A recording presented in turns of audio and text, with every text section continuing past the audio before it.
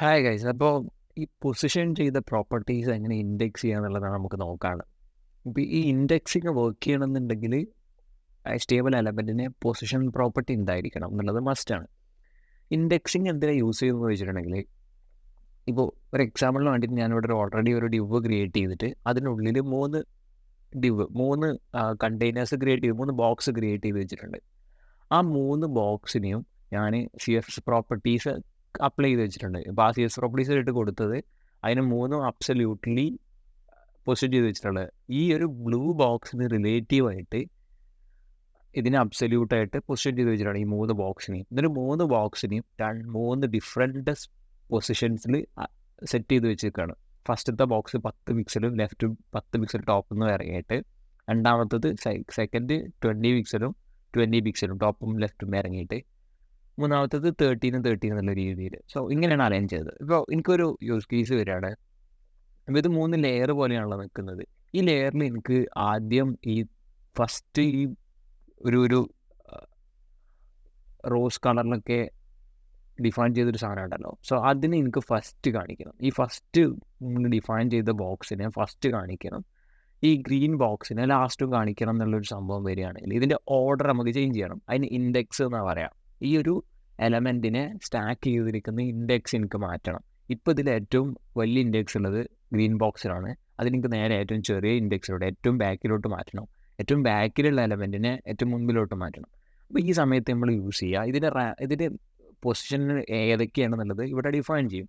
For example, ഇപ്പോൾ ഞാൻ ഫസ്റ്റത്തത് എനിക്ക് ചെയ്യേണ്ടത് ഫസ്റ്റത്തെ സാധനത്തിന് അതിൻ്റെ സ്ഥലം മാറ്റിയിട്ട് അതിന് ഫസ്റ്റത്തെ സ്പോട്ടിലോട്ട് കൊണ്ടുവരണം. അപ്പോൾ ഞാൻ അതിന് 3 എന്നുള്ളൊരു പൊസിഷൻ കൊടുത്തു. അപ്പോൾ അത് മുമ്പിലോട്ട് വന്നു, ഏറ്റവും മുമ്പിലോട്ട് വന്നു.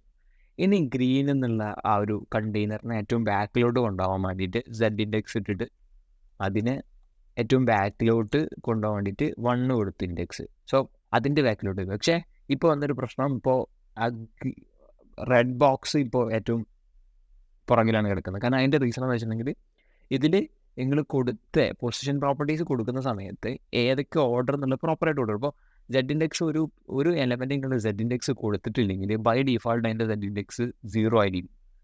അത് നിങ്ങൾ മനസ്സിലാക്കണം. കാരണം നിങ്ങളൊരു സാധനത്തിന് ഓർഡർ കൊടുത്തില്ലെങ്കിൽ അത് ഓൾറെഡി ഉള്ള ഓർഡർ തന്നെ നിൽക്കുമെന്ന് വിചാരിക്കരുത്. കാരണം Z ഇൻഡെക്സ് 0ൽ കൂടുതൽ ഏതെങ്കിലും കണ്ടെയ്നേഴ്സിന് കൊടുത്തു കഴിഞ്ഞിട്ടുണ്ടെങ്കിൽ അത് മുമ്പിലോട്ട് വരും. ഇനി എനിക്ക് റെഡിനെ അങ്ങനെ ഓർഡർ നേരെ തിരിച്ചാക്കണം. ഫസ്റ്റ് ഉള്ളത് ലാസ്റ്റ് ആക്കണം, ലാസ്റ്റ് ഉള്ളത് ഫസ്റ്റ് ആക്കണം എന്നുള്ള രീതിയിൽ നേരെ റിവേഴ്സ് ഓർഡറിലാണ് റെൻഡർ ചെയ്യേണ്ടത്. ഇപ്പോൾ റെഡിനെ സെക്കൻഡ് പൊസിഷനിൽ കൊണ്ടുവരണം, അതിനെ രണ്ടാമത്തെ സ്പോട്ടിൽ കൊണ്ടുവരണം എന്നുള്ളതാണ്. സോ അതിനായിട്ട് ഞാൻ അതിന് സെക്കൻഡ് എന്നുള്ള Z ഇൻഡെക്സ് കൊടുത്തു.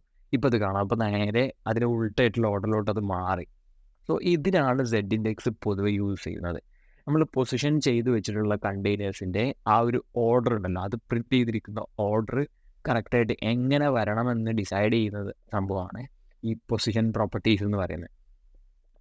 അതേപോലെ തന്നെ നിങ്ങൾക്ക് ഏത് രീതിയിൽ പൊസിഷൻ ചെയ്യാം. ഇപ്പോൾ ഇതിൻ്റെ മുകളിൽ തന്നെ എനിക്ക് ഈ 4 സാധനം 4 കോർണറിലോട്ട് കാണിക്കണം. അപ്പോൾ ഈ ഒരു കണ്ടെയ്നറിൻ്റെ ഉള്ളിലെ അങ്ങനെയൊക്കെ പൊസിഷൻ ചെയ്യാനൊക്കെ പൊസിഷൻ പോസിബിൾ ആണ്. അപ്പോൾ ഇൻഡെക്സ് ചെയ്യുന്ന സമയത്ത് മൾട്ടിപ്പിളായിട്ട് 2 കണ്ടെയ്നർ നിങ്ങൾ പൊസിഷൻ ചെയ്ത് വെക്കുന്ന സമയത്ത് അതിൻ്റെ ഓർഡർ എങ്ങനെ, അപ്പോൾ അതിൻ്റെ ഓർഡർ നിങ്ങൾക്ക് ചേഞ്ച് ചെയ്യണമെന്നുണ്ടെങ്കിൽ അതിന് യൂസ് ചെയ്യാൻ പറ്റിയ ഒരു പ്രോപ്പർട്ടിയാണ് Z ഇൻഡെക്സ് എന്ന് പറയുന്നത്.